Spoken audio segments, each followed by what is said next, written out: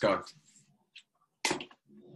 So, hello everyone. So obviously this is our second set of WOW hours, and as you can see, I've got Andy Hart, who I've just asked him how he would like me to introduce him, and he sort of said financial planner and financial planner coach, but to be honest, he's quite a bit more than that, and I am very, very happy to have him on my second set of WOW hours. But before we start, just put your shades on. I want everyone to, so. Very sunny. Andy looks like a blues brother, and I've just had my makeup done and look like Lily Savage. So together, it's going to be an interesting session. So, how are you? Yeah, good. Yeah, summer's in. How's summer been? Sorry. How's summer been? Yeah, it's been good, I suppose. Yeah, enjoying the enjoying the sun, enjoying London. I've not really been away that much, but.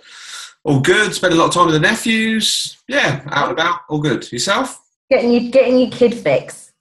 Getting my kid fix. Giving them back. Yeah, there they go. Yeah, it's been all right. I think the thing is with summer, and when obviously I'm hanging out with Ruby, it's just bananas. Like children crave. I think we all at times crave structure. And like the day before Ruby went back to school, I was at home with Mark, and I was like, this summer's been like crazy, like nuts, just nuts. You know, Ruby's off, you're not trying to work. I wanted to have quite a bit of time off, and it's just bananas. Like, so yes, it's been good. Went to Canada, obviously. Yeah, I think I saw that on one of the channels. Yeah, yeah. Did my little presentation in Banff. I did. Have you ever heard of the Banff School? Ever heard of it? No, is it a group of advisors or? No. So basically, Advocacy it's the Canadian professional body for financial advisors. And they have this centre in Banff called the Banff Centre. And it's a little bit like a cross between the Eden Project and like a university. It's a massive campus. But the Advocacy, they have an annual meeting up there, and I've never met a group of advisors like them. Almost like it's like they were at school. It was in like a massive auditorium. I felt like I was presenting at the UN, right? It was one of them where they're all sitting in tears, right? Yeah, scary tears. Yeah. And I swear to you, like I got so nervous. Like it never normally happens, really. But I was like, they're all kind of staring at me like this. But I sold out of all my books, all my packs, everything, and I think it's because they were so there to like soak it all up that they just went nuts for it. I've never had an audience like it, but fascinating place. If anybody ever goes to Banff, you have to go to the Banff Centre. So that was kind of totally bizarre. Because didn't you were in Dubai though, weren't you? You did house sitting. Yeah, I was mansion sitting in Dubai for 10 days in July. Yeah, it was boiling. It was great. I mean, obviously we'll go to the Middle East quite a bit, but I normally go with my missus when she works out there. So we've been there when it's been crazy hot before.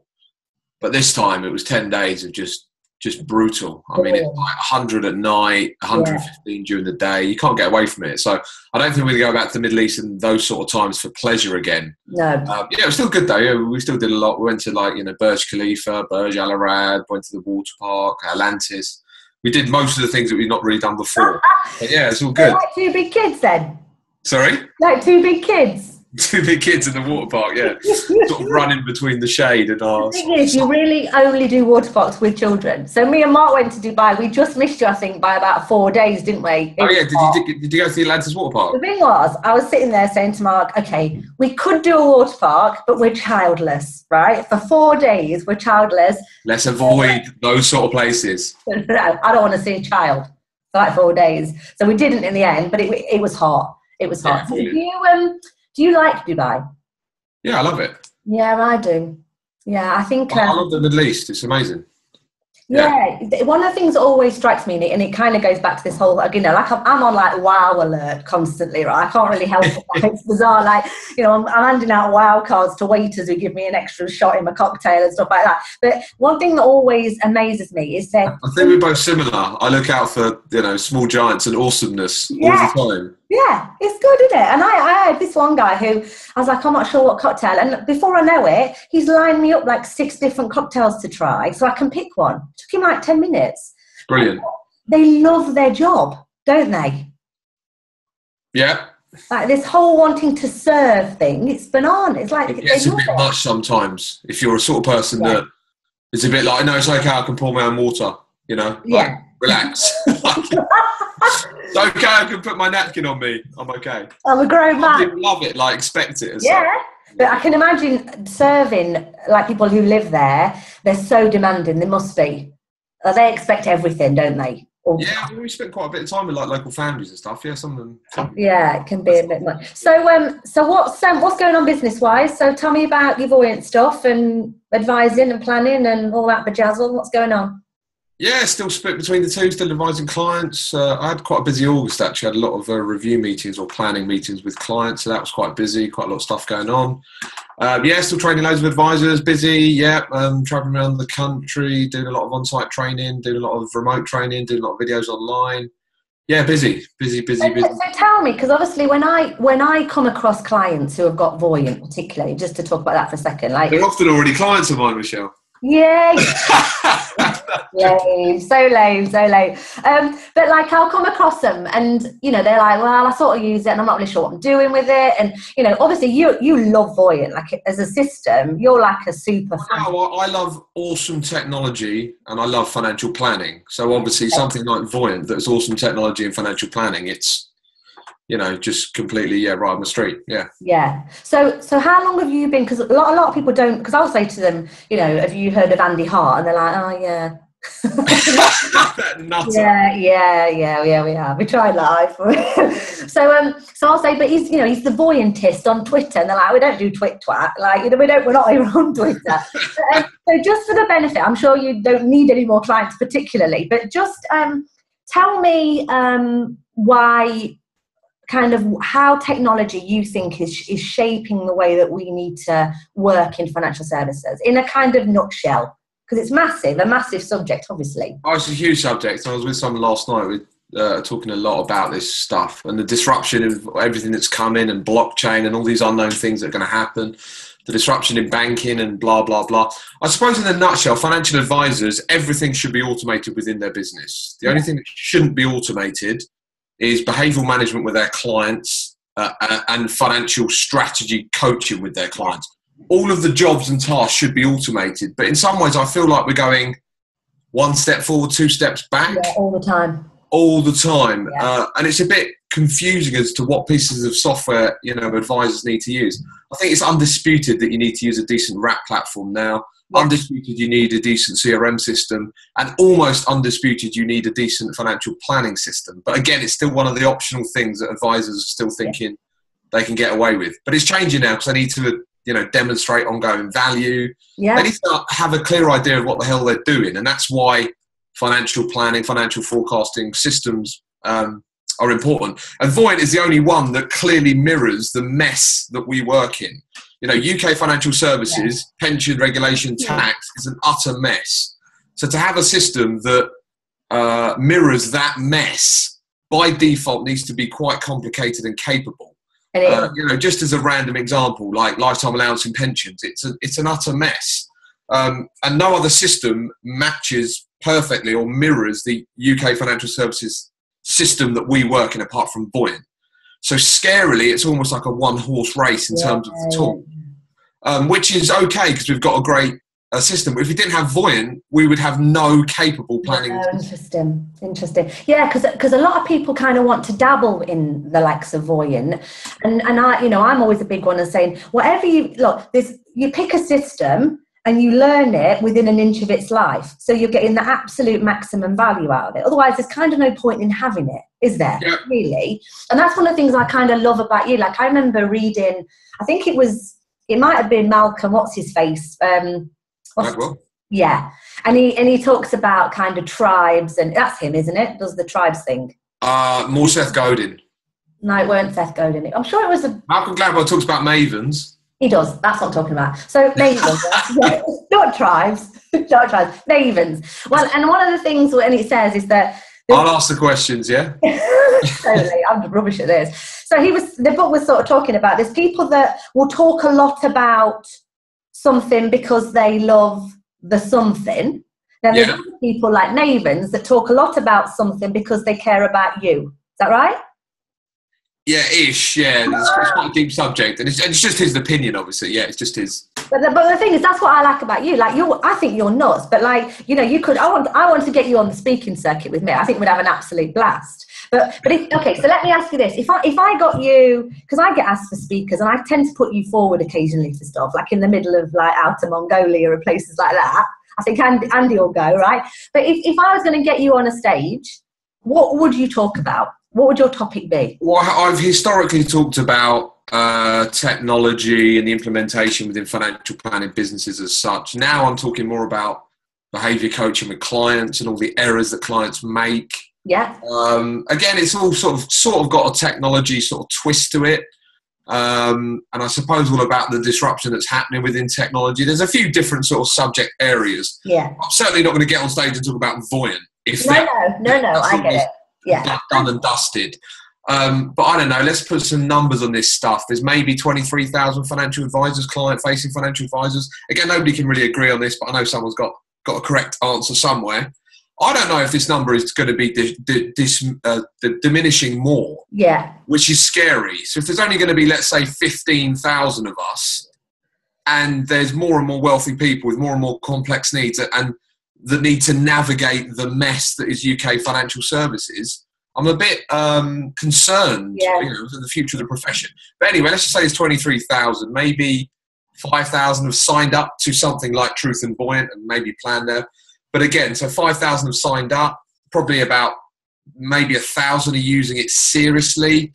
And out of those 1,000, only a few hundred have completely nailed the system that they're looking at, that they use. So there's a huge amount of potential in this market and space. If I want to focus on this, I'm going to be busy for years and years and years. Totally. I've been using this for 8 years now, or using sophisticated software. And people are still talking about, it being optional, and we use it with certain clients. No, it's not. Once people get it and they get over that hump, they're like, if someone pulled Voyant from my business now, I'd question staying in it. That's what it's got to in terms of where I am at. It's the absolute bedrock of, certainly our financial planning business at Serenity, and certainly a lot of others. But yeah. So this also brings me then, because the things I talk about, but I talk a lot about why individuals are financial advisors and why they stay in this profession. Because let's face it, it's not the easiest business to be in. We overcomplicate it. Advisors are making a flipping arse end of their businesses all over the place, whether it be from technology or the fact that they can't manage staff, because we're not born business leaders. That's fundamentally the problem. Why? What did you want to be when you were a little boy? Like when you were all grown up, what did you want to be? Because I bet financial advisor weren't on the list. I honestly didn't really know. I think I wanted to be a policeman early on, but then that sort of God almighty hit out early on, when I was, in my teens and sort of mischief. Why? Why did you want to be a policeman? I don't know, I just thought it'd be quite interesting. It often comes into my head now, actually. I want to be, a bit like Luther. Investigate some crazy... Like pulling all the ladies? Because Luther's pretty damn good looking, like straight up. Oh, right, no, it wasn't about the ladies aspect. That might be an unintended consequence. Yeah, totally. I'm sure the wife... Else? I studied law at university. Again, I didn't really know what I wanted to do. That was quite good, though. It gave me a good grounding. It gave me, sort of an insight into various different areas that sort of crop up now, but from a theory point of view, not practice. And then I sort of got into mortgages and property, and then came into financial planning. And now I'm sort of obviously a bit more in technology, I suppose, in some way. But again, I'm pleased that I'm working in the time that we're working and totally assisting us. I mean, very smart as a financial advisor, and some financial advisors I see that are very on top of their life and have everything nailed. It could be like the 6th of the month, and they'd say to me, I don't have to do another task within my business until the 13th of this month. I.e., for the next 7 days, I'm doing absolutely nothing business related. And on the 13th of the month, I need to request a report from a BRAC platform or send it to a client or something. And then the next job is on the 18th or whatever. You'd be very, brutal and strict with your time management, productivity, systems you use. But again, you need a good, business team around you, i.e. decent companies that are solution mentality, not problem mentality. Yeah.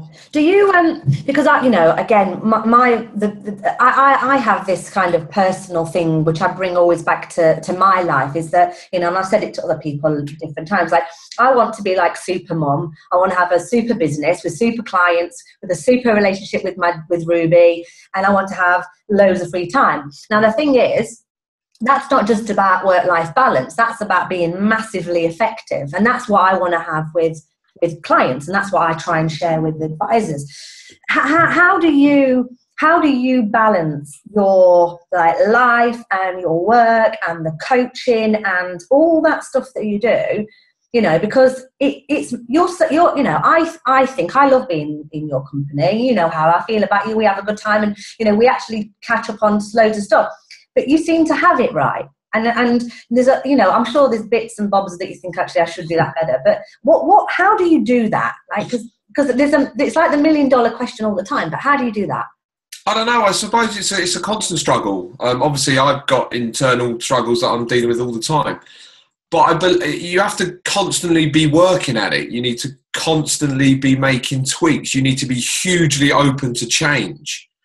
Yeah. All that sort of stuff. So I suppose, I don't know, I might be an expert now in time management only because I've made all the mistakes. An expert, someone who's made all the mistakes. So that might be.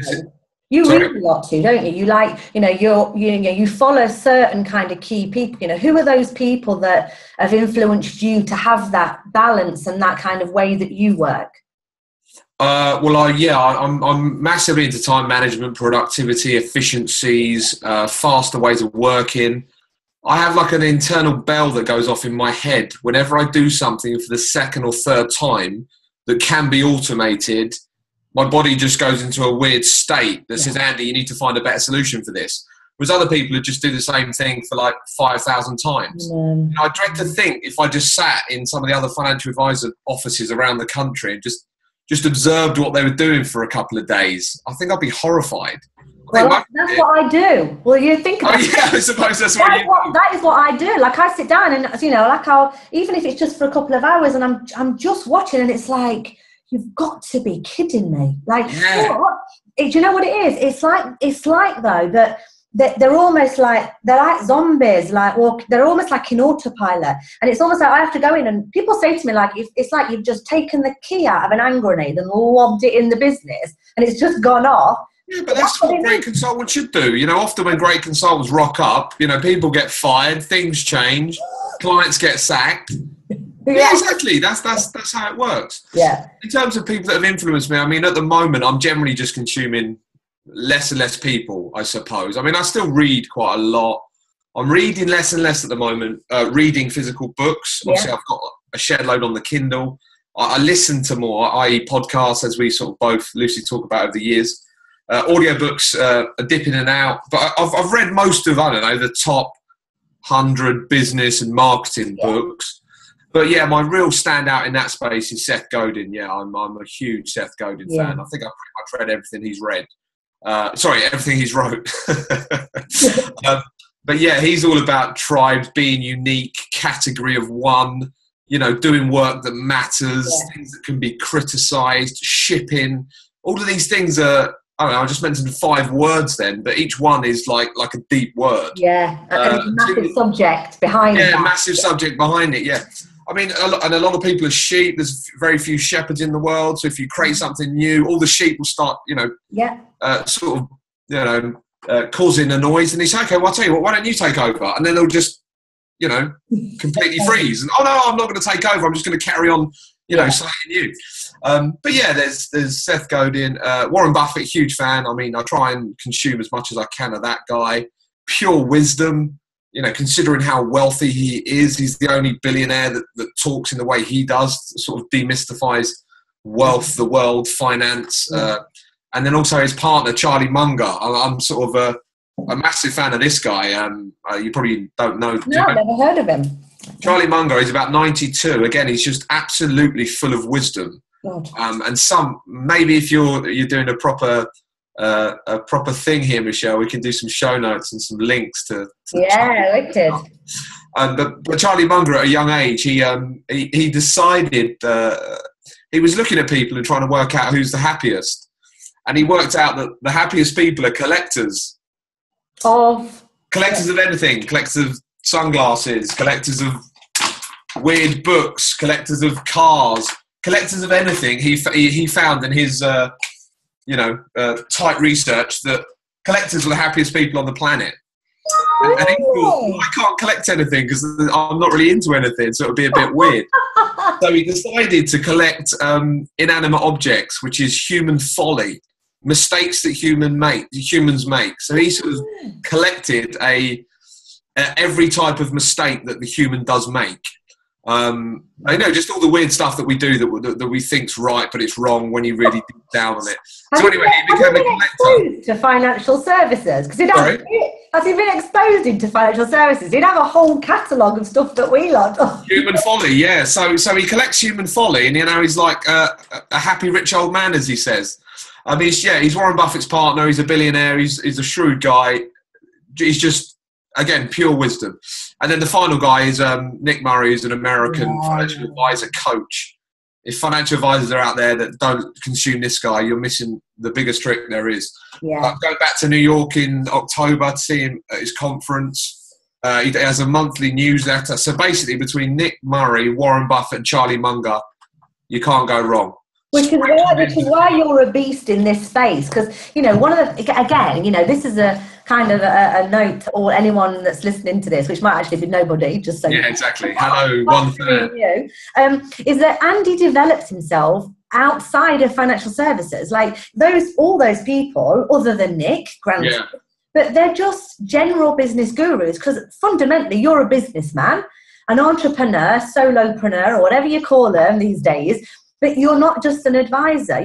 There's more to you than that, and that's what I love about you. Like, there's a bit of spunk here, and there's a bit of sparkle there, and it's good. I like that about you, because there's some really boring people who are they're great at their jobs, but god damn, they're boring. They live for the job, and there's so much more to everybody than just the job. That's better. I can see your lips now. Good. That's all right. You're learning. My camera's quite tight. That's all right. Tell me why you're an advisor. Why do you carry on doing this job? And why do you carry on operating in this space? It's a completely tough question to answer. Some years ago, one very wise financial advisor said to me... only one very wise financial advisor. This guy's a very wise financial advisor. He probably didn't even think he'd said this to me. He said the key to being, it can apply to any business, but yeah, the key to being successful in this business is being in this business. Interesting. You've just got to stick this out, and at the end of it is when, riches come, as it were. Yeah. Obviously that's not, exactly true. But, so why am I an advisor? I really don't know. I mean, I did the natural progression from mortgages into wealth management. I absolutely love what I do. The families I look after in my life, all I want is the success for them. I, like all other financial advisors, struggle to find ideal new clients to take on and look after. And again, it's us against the world. Financial media is against us. The general media is against us. TV's against us. The bloke down the pub's against us. The accountants are against us. The clients listen to us, but it's like our lonely voice of the truth of what they should do compared to the world of, utter noise that's trying to drag, attract their attention the whole time. It's a very noble profession. We get to know clients very intimately.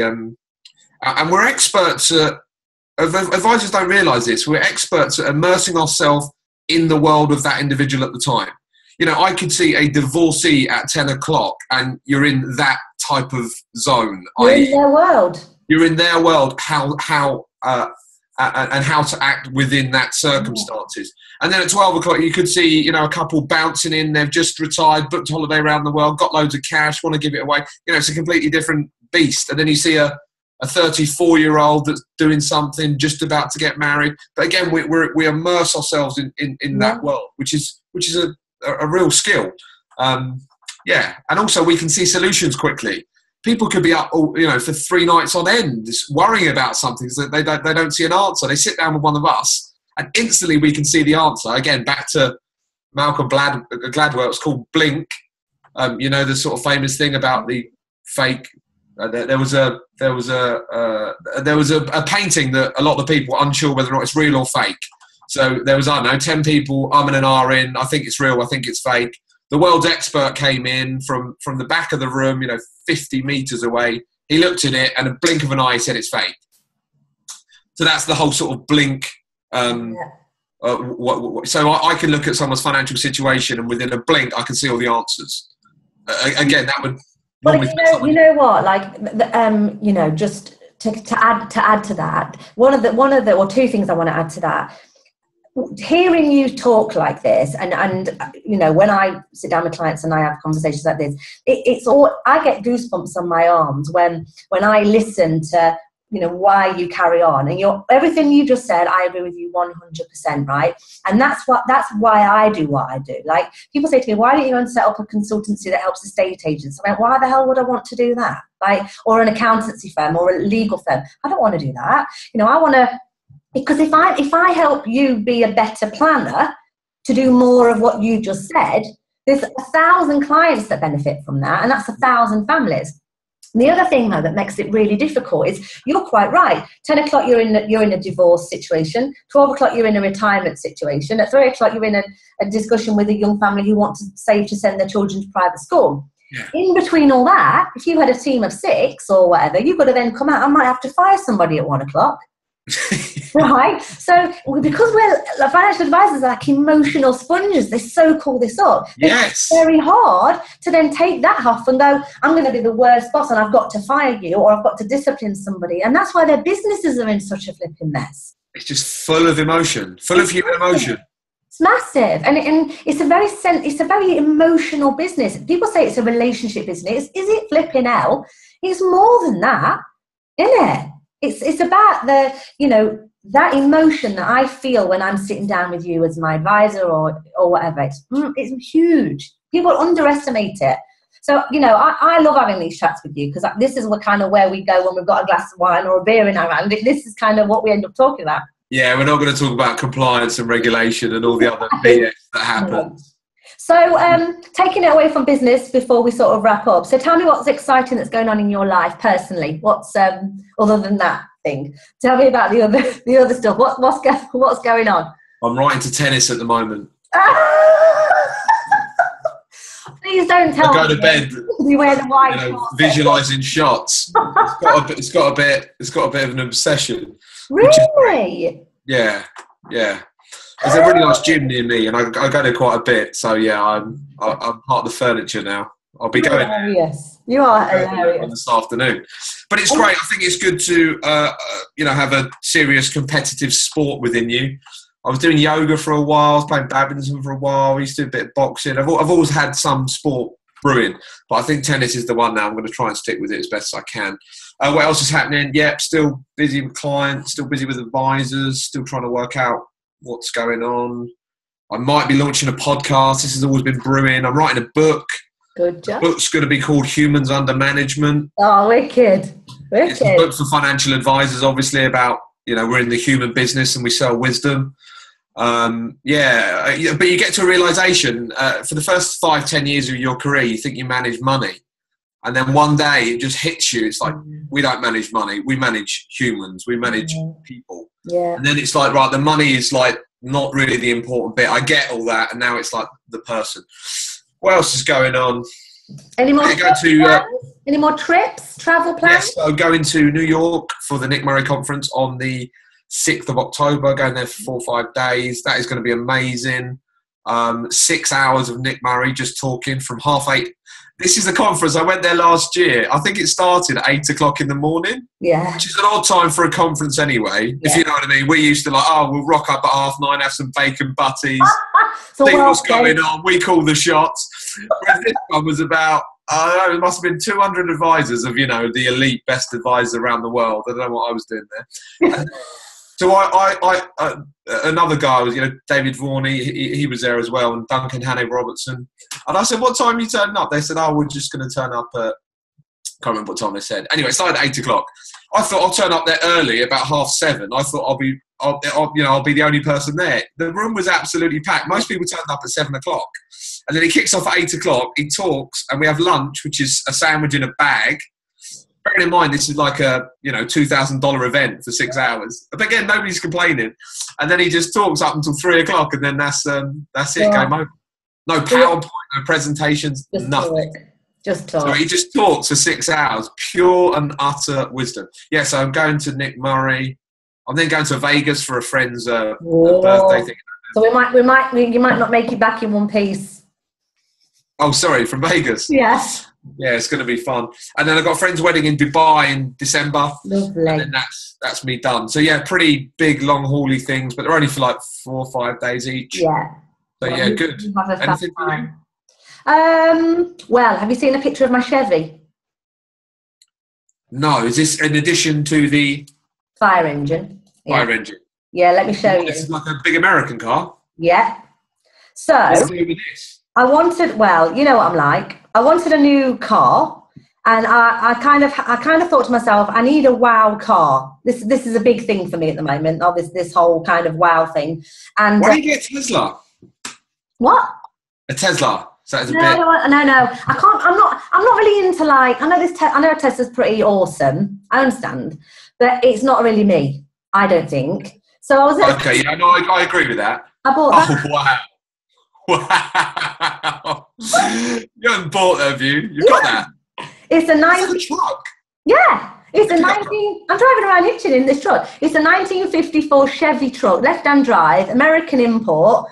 Beautiful red. It's got white. Was it red when you bought it? Yeah. It's got white wash wheel things. So the wheels are like the full-on. You need to do a little video. I know. Yeah. You can sort of just see the wheels. Look.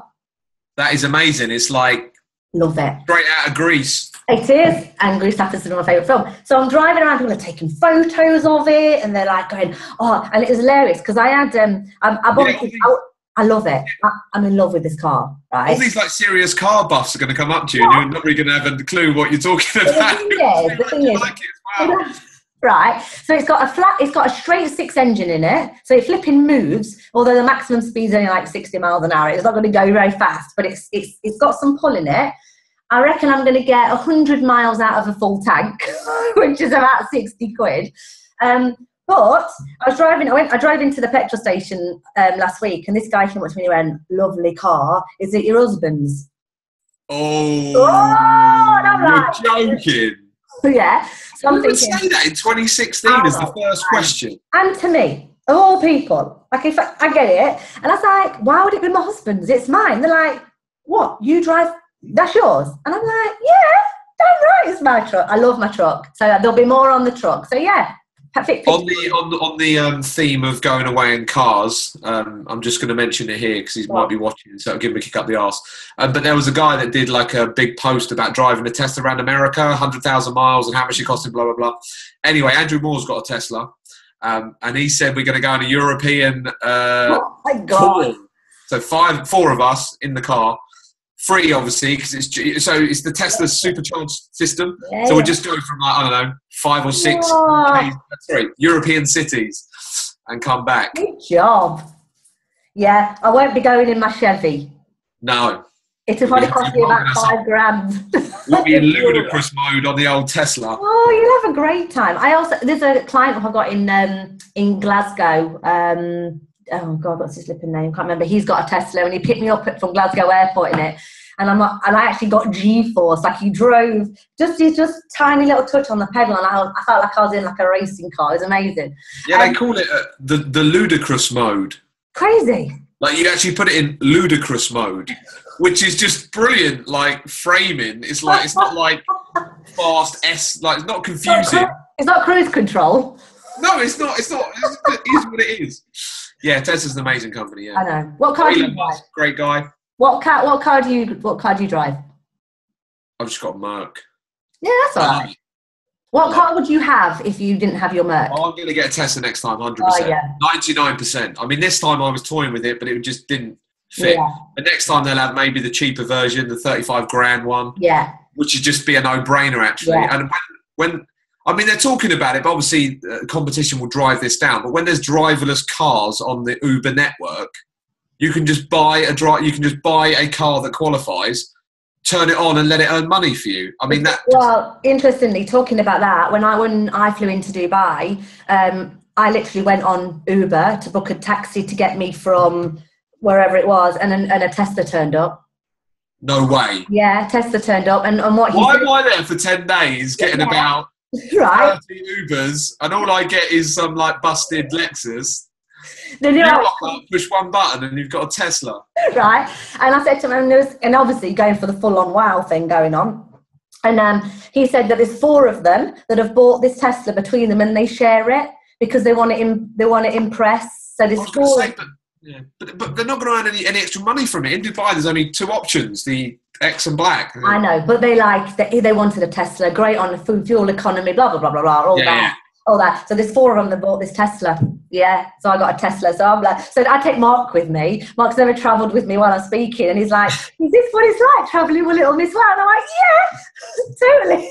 That's it. You've always got to give him the full service. I need to make him realise what he's caught. This is something wrong. Totally. Listen, I love you more than anything, and I've really had fun. Thanks for having me on.